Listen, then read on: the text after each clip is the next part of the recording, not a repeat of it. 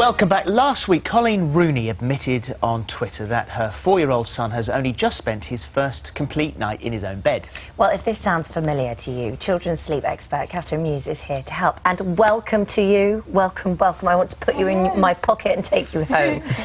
You believe that in 3 days, you can pretty much turn things around, no matter what they are, be it sleep or behaviour, tantrums, anything like that. Yeah, that's How right. does it work? That's right.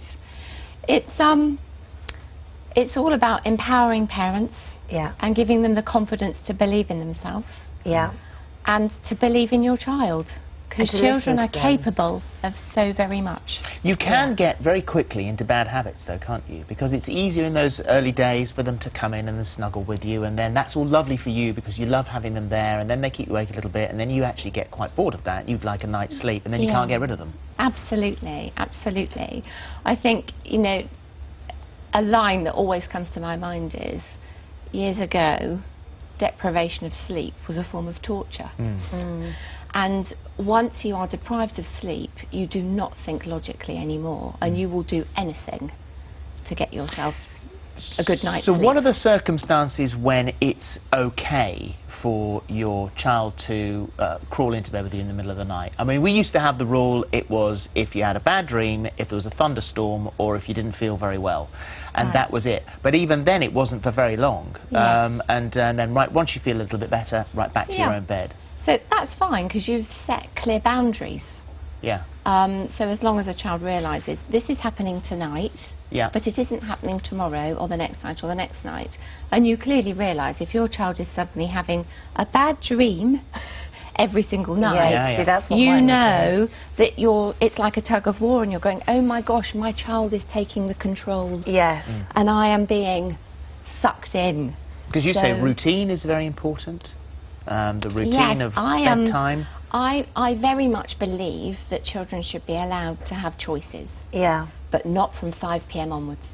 Oh, right. OK, that's good to know. You don't choose what you're going to have for dinner. Take it or leave it. You don't choose when you're going to have a bath or what pyjamas you're going to wear. None of that, because a child from 5 o'clock onwards is tired. And when we're tired, we do not want to make decisions. Well, you should come back and do the eating thing, because your programme, the whole eating thing, was fascinating. But today we're dealing with sleeping, so we're going Yes. to go to some calls right now. We've got Okay. Charlotte on the line. Hello, Charlotte. Hi. Hi. Now, your eldest is 3.5. Yeah. And they come into your bed every single night.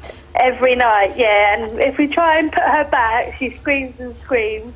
And now it's affecting my 2-year-old. She comes into bed, so there's 4 of us in bed every night. Oh, my goodness. And you live in a flat, so it's disturbing the neighbours. Yeah, she screams so much, so it disturbs them downstairs. And they've got a child downstairs as well, so I don't want to wake him up. That sounds like an awful situation. Right. What can she We do? end up on the sofa most nights. Okay, well, Oh that's not gosh, right. you poor things. You must all be absolutely exhausted. I go into different houses every single week, and it takes 3 nights. And in many families' houses, before knocking on the family door, I will knock on the neighbour's door with earplugs and a bottle of wine. So that's the first thing I would suggest you do, because that then takes away all of that tension that you've got of the neighbours. It does take 3 nights. Your daughter's shouting is what is taking the control, and basically you just need to keep putting her back in her bed without communicating with her, without You say you've got to be talking like her. a robot. So I always say, once you put your child to bed between 7 and 8 o'clock at night, you're not mummy or daddy again until 7 o'clock in the morning, when you open that bedroom door and go, breakfast time. You go into a robot mode, or a rag doll.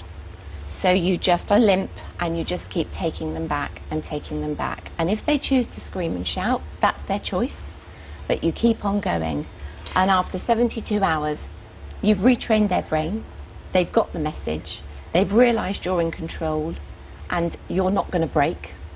And therefore, they realise, and they end up sleeping in their own bed. And this lady has 2 daughters. when the second one realises that the first one is being disciplined, They'll copy. she won't even try it. No. And also, it was interesting you said the sleep patterns of a child. They wake up after the first 4 hours, and then it's every 90 minutes. So they need to learn to self-settle after each 90 minutes. Otherwise, they're just going to keep getting up and coming in your room. Exactly. So if you don't have a good bedtime routine and your child is settling themselves to sleep between 7 and 8 o'clock at night, your child won't sleep through the night. Right. Does that, I mean, you've just got to be strong then. Can you do that? Well, I have done that in the past. I wouldn't say it was a free night, but she goes back to sleep, and then an hour, 2 hours, or however long, that's it, she'll start again. So Stick with it, I think. Yeah. Yeah. I think it is a case of brace yourself for those 72 hours and work your way through it that way. And that's what's the percentage of that work? It works for pretty much everybody?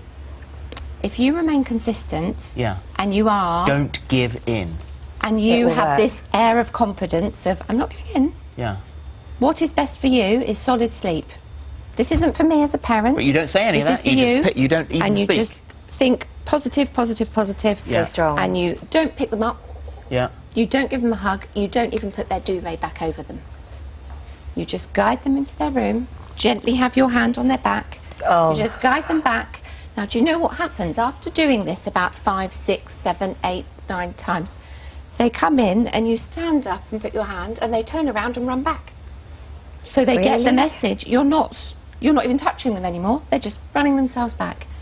And that's I when remember you go, doing oh, this with Harry. I remember doing this with Harry, and he got the message, and then the next morning he came into my room and went, "Mummy, you left me last night," and I was like, "Oh no!" He's actually telling me off. So even the next morning after doing it, I mean, he's very good now. But he still took control the next morning. This is an interesting one. Thank you, Charlotte, by the way. Good luck with that. Let us know how you get on. We've got Michelle next. Good morning, Michelle. Yeah. Now, your son will be 4 in January, and he's been toilet trained for a year, but he still wears nappies at night. Yeah. And you say that he puts his hand in his nappy at night, which leads him to crying because he thinks that he's wet the bed. Yeah. So we've tried everything from restricting his juice in the evening to asking him if he needs the toilet before bed and waking him up during the night as well. And we even, when he falls asleep, takes his hands out of his nappy for him. And nothing's worked, and we're just at a loss what to do, really. Okay, all right. I've heard this before quite a few times. And I think, again, I'd like to advise you to be consistent. It's a big thing that's hard to do, but I really, really want you to do this. Let's not give him any fluids after 5:30. And when it's bedtime story, I want you to set a rule, and that is we're not going to have a bedtime story until you have emptied your bladder bag. And you can teach him what a bladder bag is by getting a little sandwich bag and filling it up with water. And then you can hang out of the window and you drop it and you watch it explode. And he watches that too. And you say, that's your bladder bag. We need to get all the liquid out before we go to bed. So you must go to the loo before we read a story. Then I'd like you to lift him before you go to bed at 10:30, 11 o'clock. And then I'd like to see how you go. Because if you empty that bladder bag, there shouldn't be any reason as to why he will be wetting the bed. I hope that's been a bit of help. What about when you said he puts his hand in his nappy at night so he feels that it's wet? Is that... Oh, is she gone? Oh, you're still there? Yeah. So when you say he puts his hand in his nappy at night, which leads to him crying because he wakes up thinking that because he's wet the bed. So how do you mean he puts his hand in his nappy? Well, I don't know whether it's a comfort thing, but he puts his hands in his nappy and then he just wets the bed like he weeds over his nappy. It goes through the nappy. Okay, yeah. So you're So what suggesting he's to take the done- nappy off? What he's done is he's playing with himself. Yeah. So Well, I was therefore, gonna when he has a suggest is wee, the wee's coming up. Of course. Yeah. So he's wet. So it's wetting his tummy and it's wetting what about his all-in-one PJs. pyjamas? We've tried them. We've put them on backwards because I've heard that could help. But he just puts his hands in his sleep boots. That's tricky, isn't it? Right, okay, yeah. Empty his bladder bag. That's what you need to do. Give it a go. Okay. Thank you. Give it a go. Very couple of emails if we can. My 18-month-old daughter constantly screams during the night until her dad sleeps on the floor with her. We've tried everything. Her nighttime routine has been the same since she was a baby. Bath, then bed by 8. She never has a problem falling asleep, but I've tried letting her cry and going in after 3, 5, 10 minutes, etc., but it doesn't work. That's from Sarah. Yep. Lots of people will keep going in to the bedroom after 3 minutes. Oh, now after 5 minutes, after 10 minutes. And I always say, if your child is trying to fall asleep, which is what they're doing, they only shout because they're annoyed they've woken up. That's all it is. It's not because they want you, it's simply, I have woken up and I want to go back to sleep. If they're shouting and you keep going in, you're interrupting what they're trying to do, and that is fall back to sleep. That's a different way of thinking about it, isn't it? They're not shouting for you, they're shouting, oh! You know, every child, everyone in the world, we all wake up 6 times a night. If you don't know how to resettle, like so many children in this country don't know how to resettle, it's just frustrating. So you just have to sit it out and think, yes, they're shouting, yes, it might be the neighbours. So we all just need to toughen up a little bit, do we? Yes, yes, I think we do. We overanalyse. Yeah. We overanalyse why that child is screaming. They need me. They've got separation anxiety. They think they've been left alone. They're scared of the dark. I know, you know why? They're Because just you're scared that the tired. one time you don't go in will be the time that, gosh, something terrible's happened, and that's Like why you what? have that. I don't know. You just think maybe, you know, they rolled over, or I don't know. You just have that fear. It's, you know, Yeah. the mother's worry, isn't it? Fear and... But when a That's child it. genuinely hurts themselves, and I don't know if your children ever have, but it's a different kind of shout. Yeah. Yeah. Day or right. night, it's a very different noise. And in 20 years of going in to children's rooms and watching them through cameras, etc., I don't see tears.